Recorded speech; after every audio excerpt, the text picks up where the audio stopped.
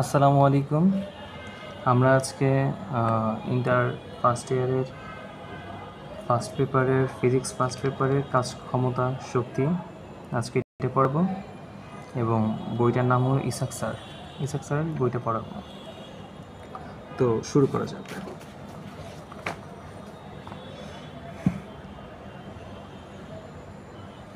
প্রথমে আমরা কাজ পড়ব।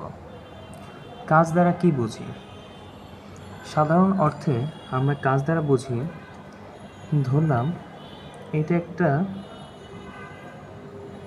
ওর নাম হলো রহিম। রহিম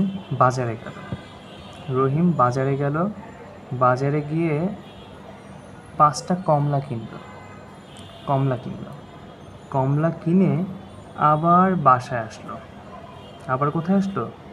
বাসায় আসলো। সামগ্রিকভাবে আমরা এটাকেই কাজ বলি। সাধারণত আমরা এটা চিন্তা করি, তাই না? কিন্তু কাজ আসলে এইটা না। কাজ কি?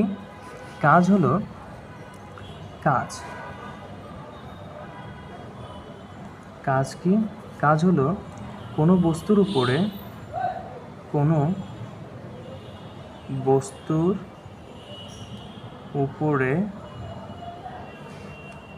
বল প্রয়োগ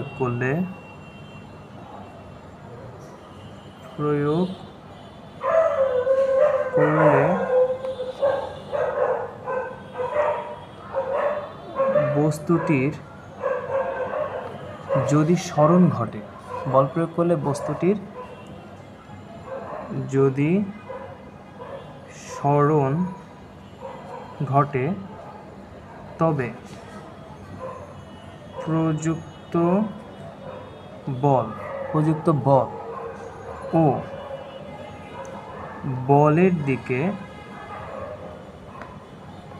সরণের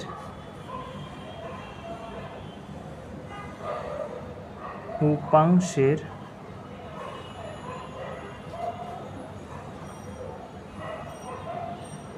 গুণফলকে কাজ বলে। অর্থাৎ কোনো বস্তুর উপরে বল প্রয়োগ করলে বস্তুটির যদি সরণ ঘটে, তবে প্রযুক্ত বল ও বলের দিকে সরণের উপাংশের গুণফলকে কাজ বলে। আমি বুঝিয়ে দিচ্ছি।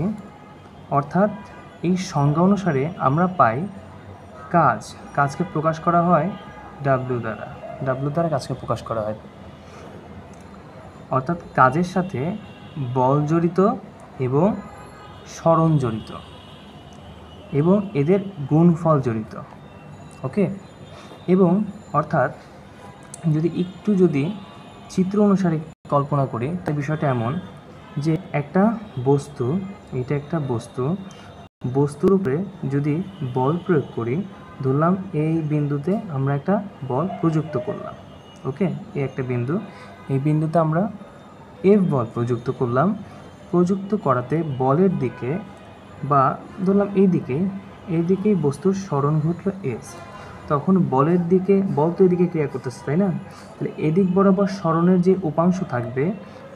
যে উপাংশ ক্রিয়া করবে, সেইটার যে গুণফল, সেটাই হবে কাজ। এখন আমরা অনেকে ভেক্টর চ্যাপ্টারটা স্কিপ করতে পারি বা না পড়তে পারি, এতে করে এই সরণের যে উপাংশ বের করার জন্য একটু সমস্যা হতে পারে। এখন এটা আমি জাস্ট শর্টকাটে আপনাদেরকে বোঝাই দিচ্ছি। সেটা হলো, আপনারা উপাংশটা এভাবে বের করতে পারবেন। ধরলাম এটা হলো আমার সরণটা। ভালো কথা, বলকে এফ দ্বারা প্রকাশ করা হয় এবং সরণকে এস দ্বারা প্রকাশ করা হয়, এটা মাথায় রাখেন। আচ্ছা, তো আমরা উপাংশ কীভাবে বের করি? ধরলাম এটা হলো এস, সরণ। এখন উপাংশ প্রথমে আমরা অনুভূমিক বরাবর এবং লম্ব বরাবর এই দুইভাবে উপাংশ বের করি। অর্থাৎ যে কোনো কিছুর উপাংশ দুইটা বরাবর ক্রিয়া করে, একটা হলো লম্ব বরাবর আর একটা হলো অনুভূমিক বরাবর। এখন আপনারা কোনটা এটাও ধরতে পারেন বা এইটাও ধরতে পারেন, যেইটা খুশি সেইটা ধরতে পারেন, এটা অ্যাজ ইউ উইশ। ওকে, যেইটা খুশি সেইটা ধরতে পারেন। যদি এইটা যখন ধরবেন, তখন এইখানে হবে কস এবং যখন এটা যখন ধরবেন তখন এখানে হবে কস, অর্থাৎ কাছে কস।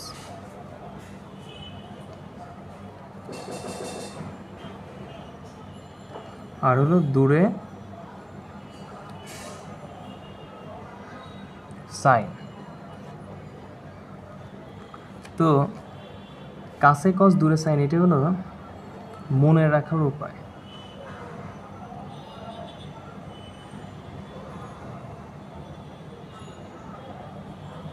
আচ্ছা, তাহলে উপাংশ দুইভাবে বের করা যায়, মানে একভাবে বের করা যায়।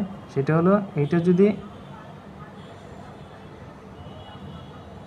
যদি এস অর্থাৎ স্মরণের উপাংশ কীভাবে বের করব, অর্থাৎ কাছে কস হবে, অর্থাৎ এস এবং কস থিটা, ধরলাম এটা হলো কোণ থিটা।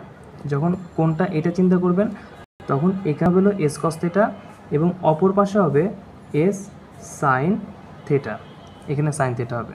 কিন্তু যখন কোণটা যখন এইখানে নেবেন, কোণটা যখন এইখানে ধরবেন তখন এইখানে হবে হলো এস সাইন থিটা আর এখানে হবে হলো এস কস থিটা। বুঝতে পেরেছেন ব্যাপারটা? জি, এইটাই হলো, এইভাবে আমরা উপাংশ বের করি, অর্থাৎ কাছে কস দূরে সাইন। আচ্ছা, তো তেমন এইটার মতো করে এইখানে যদি এটা হলো একটা স্মরণ, এই স্মরণের এই বরাবর একটা উপাংশ ক্রিয়া করতেছে, আবার এই বরাবর একটা উপাংশ ক্রিয়া করতেছে। তাহলে এই বরাবর ক্রিয়া করতেছে হলো এস কস থিটা, যে যখন আমার কোণটা হবে এইটা, এবং এই বরাবর হলো এস সাইন থিটা। আচ্ছা, তাহলে তো এস সাইন থিটা আর এস কস থিটা। তাহলে এখন আমরা হলো যে কাজ সমান আমরা কি বললাম, যে কোনো বস্তুর উপরে বল প্রয়োগ করলে বস্তুটির যদি স্মরণ ঘটে তবে প্রযুক্ত বল ও বলের দিকে স্মরণের উপাংশের গুণফলকে কাজ বলে। অর্থাৎ কাজ ইকুয়াল কাজকে আমরা ডাব্লিউ দ্বারা প্রকাশ করি, অর্থাৎ W equal F S cos theta. এই কস থিটা কি? কস থিটা হলো স্মরণের উপাংশ, এবং এই স্মরণের উপাংশ এবং এই এফ অর্থাৎ যে বলটা প্রযুক্ত হয়েছে তার গুণফলের মাধ্যমে আমরা কাজ পাই। এখন ভেক্টর অনুসারে আমরা কি এটাকে এভাবে লিখতে পারি না, যে F vector into S vector